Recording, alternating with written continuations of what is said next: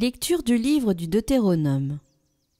Moïse disait au peuple : « Tu craindras le Seigneur ton Dieu, tous les jours de ta vie, toi ainsi que ton fils et le fils de ton fils.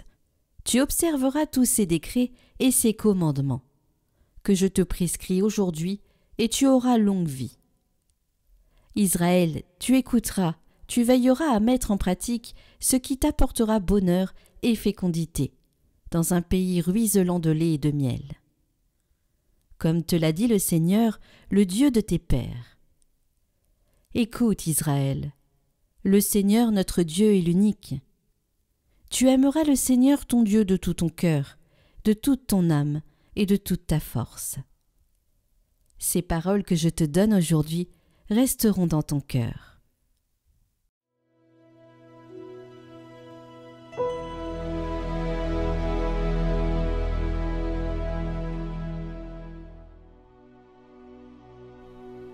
Je t'aime, Seigneur, ma force. Je t'aime, Seigneur, ma force. Seigneur, mon roc, ma forteresse. Dieu, mon libérateur, le rocher qui m'abrite.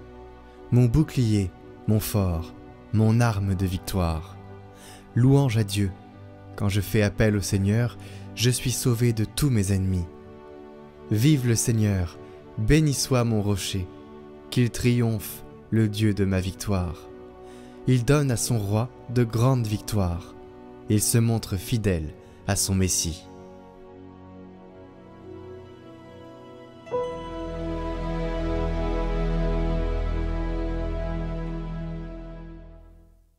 Lecture de la lettre aux Hébreux. Frères, dans l'ancienne alliance, un grand nombre de prêtres se sont succédés parce que la mort les empêchait de rester en fonction. Jésus, lui, parce qu'il demeure pour l'éternité, possède un sacerdoce qui ne passera pas.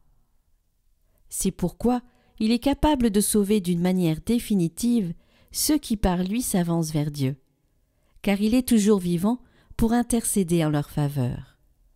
C'est bien le grand prêtre qu'il nous fallait, saint, innocent, immaculé. Séparé maintenant des pécheurs, il est désormais plus haut que les cieux. Il n'a pas besoin, comme les autres grands prêtres, d'offrir chaque jour des sacrifices. D'abord pour ses péchés personnels, puis pour ceux du peuple. Cela, il l'a fait une fois pour toutes, en s'offrant lui-même. La loi de Moïse établit comme grands prêtres les hommes remplis de faiblesse. Mais la parole du serment divin, qui vient après la loi, établit comme un grand prêtre le Fils, conduit pour l'éternité à sa perfection.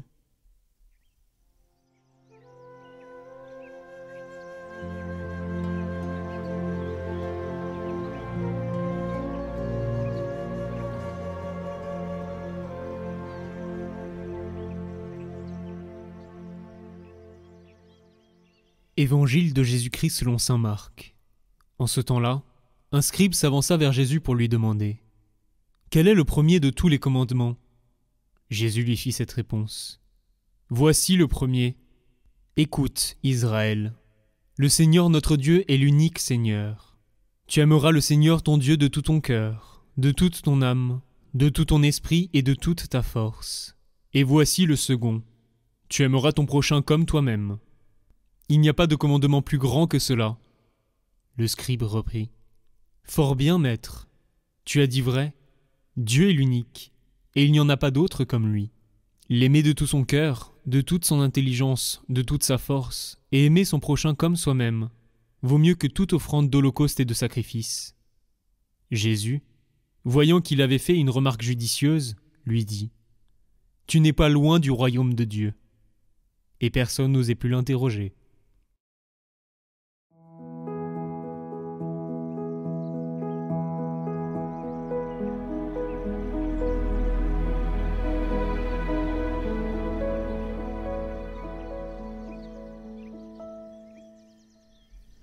Chers amis de Catoglade,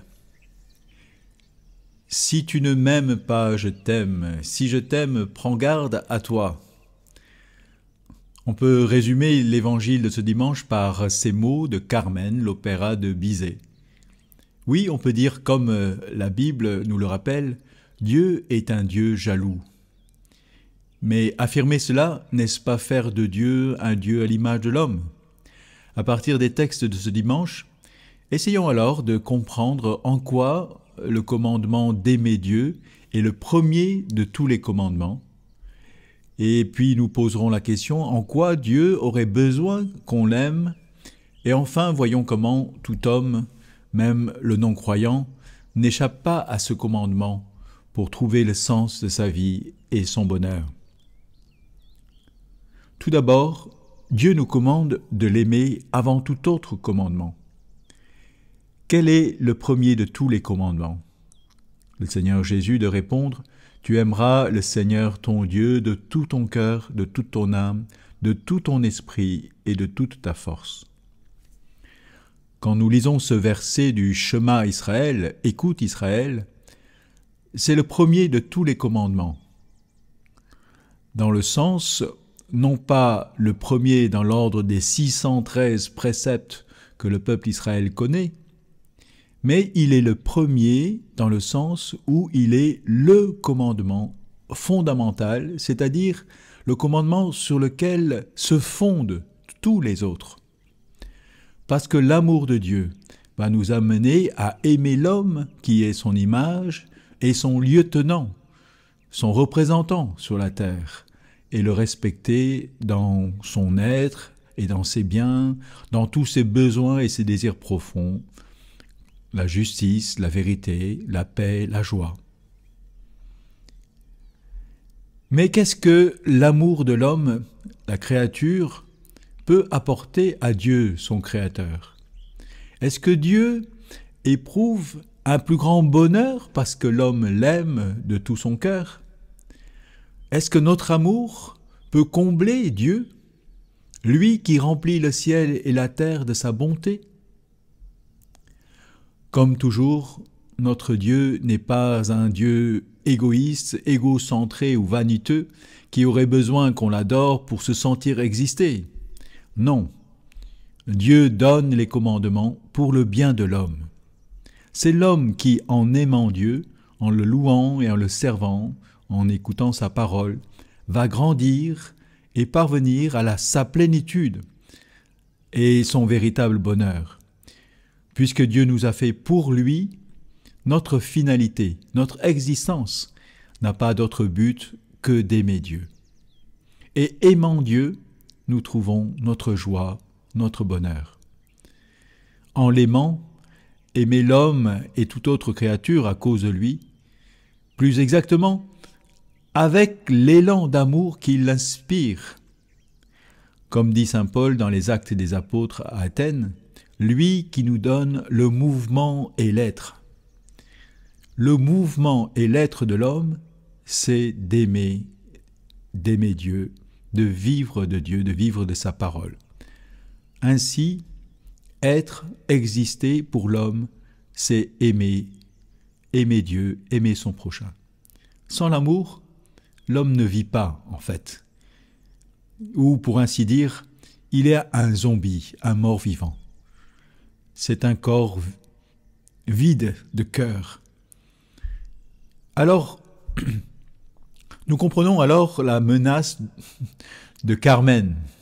Non pas la menace d'une femme amoureuse qui va se venger de ne pas être aimée. Prends garde à toi. Mais qu'est-ce que ça veut dire? Dans le sens où l'amour me fait vivre. L'amour est l'essence, le moteur, l'élan de ma vie. Sans amour, ma vie serait comme un monde sans lumière, une terre sans eau. Si tu ne m'aimes, tu mourras. Parce que l'amour est ta source d'eau vive qui te fait exister, qui te fait vibrer, qui te fait te donner aux autres. Avez-vous remarqué que je ne parle plus de l'amour de Dieu? Saint Jean, dans sa lettre, nous dit « Dieu est amour. Celui qui aime est né de Dieu et connaît Dieu. » C'est fort d'affirmer cela. Parce que si c'est cela, si cela est juste, est vrai, même celui qui ne croit pas en Dieu, mais qui aime vraiment son prochain, celui-là vit de Dieu, et il est avec Dieu même, s'il ignore que Dieu est présent à lui et qu'il l'aime, et que c'est de lui qu'il tire tout cet élan d'amour pour aimer autrui. En aimant, l'homme remplit son appel, et ce devoir va lui apporter la bénédiction de Dieu. Tu auras longue vie, cela t'apportera bonheur et fécondité, dans un pays ruisselant de lait et de miel. L'amour ne comble pas seulement le cœur de celui qui aime, il fait déborder la grâce sur son entourage et sur la terre qu'il habite. Dieu qui commande l'amour donne cette parole de puissance, une parole créatrice qui se déploie dans le cœur de ceux qui accueillent cet élan et le fait porter tous les beaux fruits de l'Esprit Saint. Parce que l'Esprit Saint est la personne amour en Dieu. Et nous savons dans l'Épître aux Galates, chapitre 5, tous les fruits que l'Esprit Saint fait porter. Amour, joie, paix, patience, bonté, bienveillance, confiance, humilité et maîtrise de soi. Alors, mes chers amis, demandons à Dieu cet amour pour pouvoir répondre à son commandement de l'aimer. Seigneur, apprends-nous comment t'aimer en vérité et non seulement en parole. Répands au plus profond de nos cœurs ton amour, ton esprit d'amour, pour t'aimer comme tu nous as aimés et pour aimer notre prochain de l'amour même dont nous sommes aimés, puisque ton Fils, en mourant comme homme, a répandu sur le monde et dans le cœur des hommes son souffle de vie et d'amour. Amen.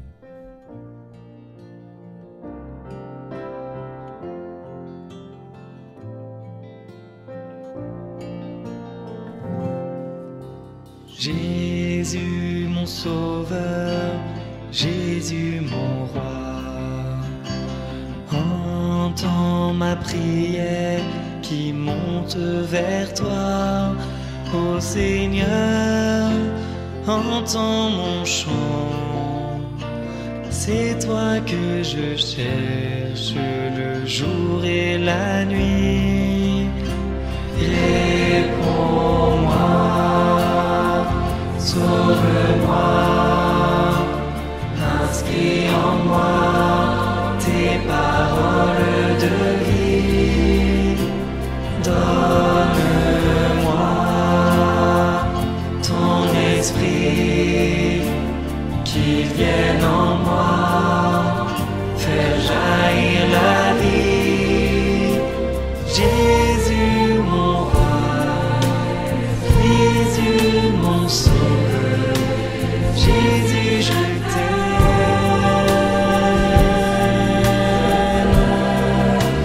Jésus mon roi, Jésus mon sauveur, Jésus je t'aime.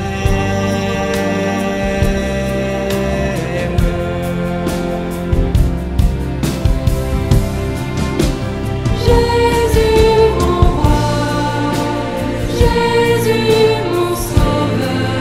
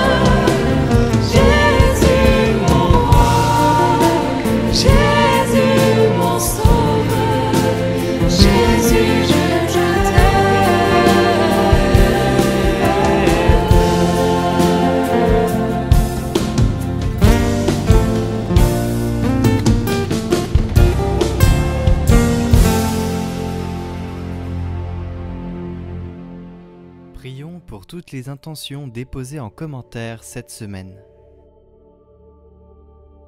Notre Père, qui es aux cieux, que ton nom soit sanctifié, que ton règne vienne, que ta volonté soit faite sur la terre comme au ciel.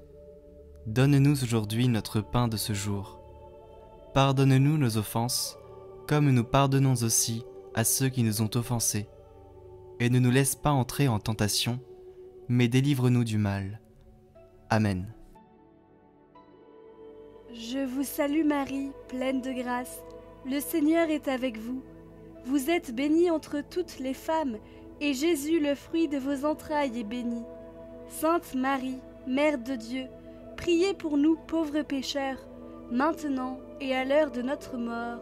Amen.